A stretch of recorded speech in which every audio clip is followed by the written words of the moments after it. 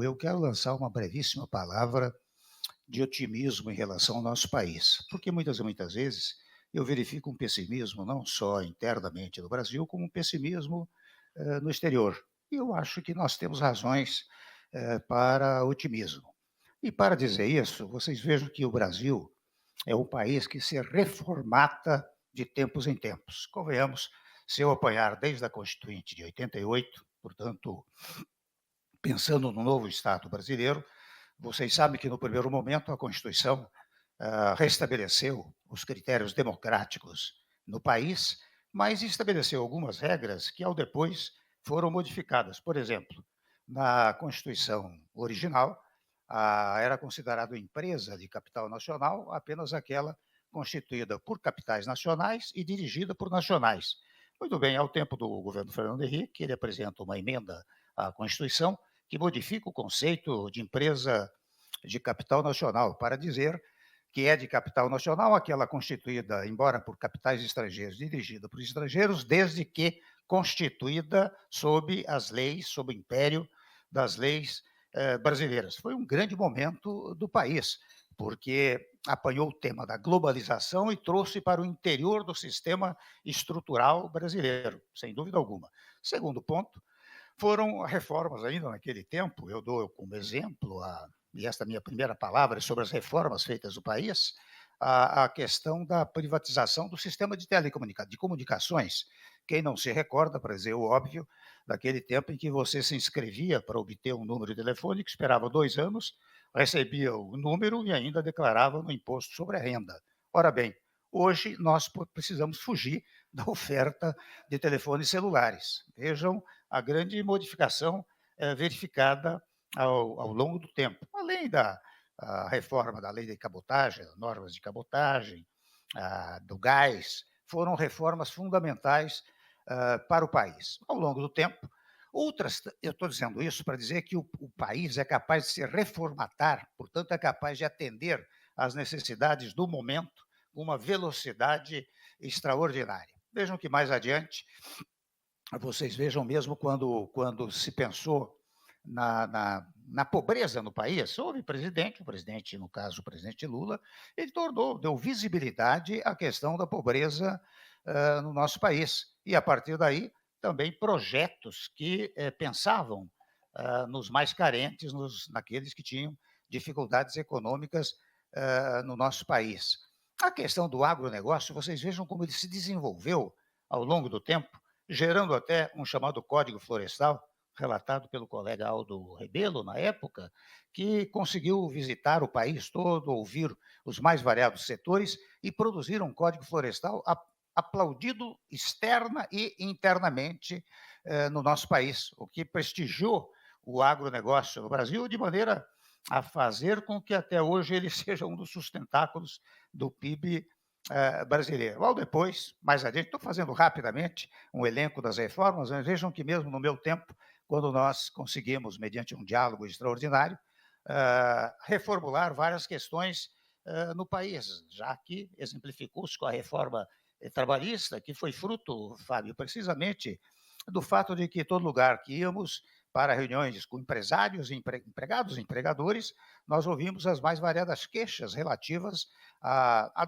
dois temas, o sistema trabalhista e também o sistema tributário, a burocracia tributária. Veja que conseguimos fazer uma reforma trabalhista e veja que o diálogo é fundamental, que sem embargo de você mexer em direito do trabalho, que é um vespeiro, não houve uma greve de trabalhadores no país, porque ao longo do tempo, reformatada como foi a reforma trabalhista, ela só nasceu depois de um acordo entre centrais sindicais, federações de indústria, comércio, serviços, etc.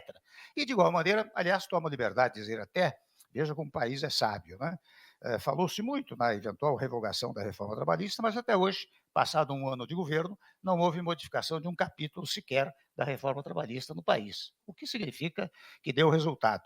Também assim na questão do teto de gastos públicos, que é outro vespeiro, porque você mexer em despesas, não é? Você prejudica a atuação do próprio presidente da República, que não pode gastar à vontade, e de igual maneira o presidente Rodrigo Pacheco, o presidente Barroso, a próprio parlamento. O parlamento, de alguma maneira, vive das verbas que são encaminhadas legitimamente aos municípios e aos estados, mas o Congresso Nacional, com muita severidade, aprovou um teto para os gastos públicos, que naquela época significava simplesmente que você só faria um novo orçamento acrescentando a inflação do ano anterior. Hoje até, Stiglitz, fala-se muito em modificação, revogação do teto, mas o teto ainda existe. Você sabe que o teto hoje é, na verdade, a inflação mais de 0,6 a 2,5, 2,6 da receita líquida. Este é o teto ainda existente. É claro que sempre se busca modificar, agora é arcabouço fiscal, etc., mas é teto para os gastos públicos, o que significa responsabilidade de quem está no governo. De igual maneira, no setor educacional, a reforma do ensino médio, não é? Ao longo do tempo disse, precisamos revogar, etc.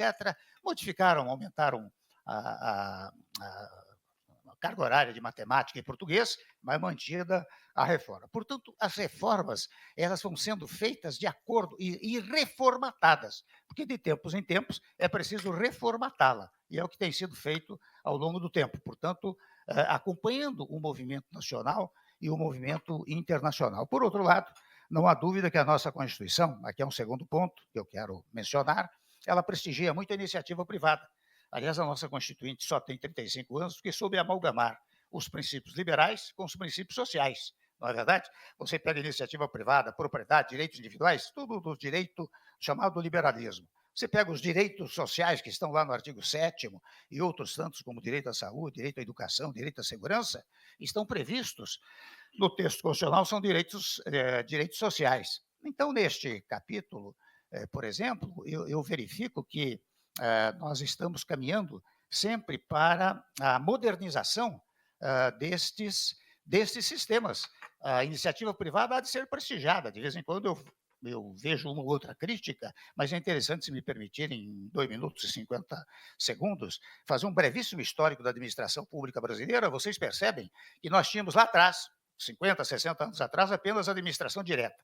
Ao depois, verificou-se que era preciso agilizar a prestação do serviço público, surgiram as chamadas autarquias. Ao depois, novamente, para agilizar o serviço público, vieram as concessões e autorizações. Depois, mais à frente, vieram as empresas públicas, sociedades de economia mista, que trouxeram para o interior do setor público as regras do direito privado, com vistas a agilizar a prestação dos serviços públicos. E mais adiante, né, já num tempo mais recente, as chamadas privatizações, ao fundamento de que certas atividades, segurança, saúde, etc., devem ficar por conta do Estado, mas as demais podem ser privatizadas, ou seja, você soma a atividade privada com a atividade pública. E ninguém pode negar o grande avanço que nós tivemos, já disse há pouco, no setor de telecomunicações, para dar um exemplo concreto.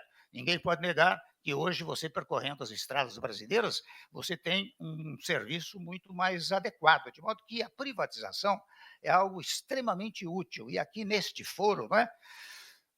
Nós devemos enfatizar esses aspectos com muito otimismo, para dizer, trazer a iniciativa privada para estas atividades, trazê-las para colaborar com o serviço público, para colaborar com a administração pública. E, finalmente, eu não poderia deixar de dizer que o Congresso Nacional tem um papel extraordinário. Devo dizer que no nosso sistema, e aqui vai o tema da harmonia, né?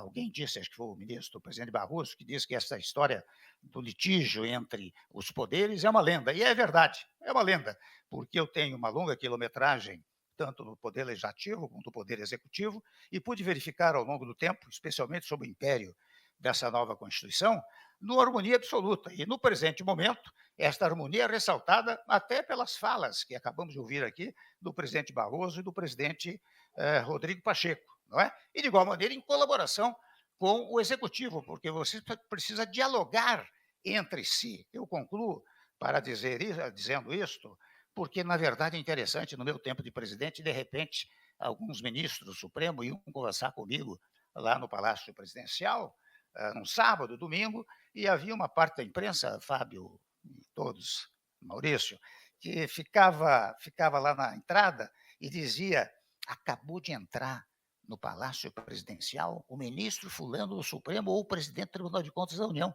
como se fosse uma coisa pecaminosa, criminosa, subterrânea, não é? Hein?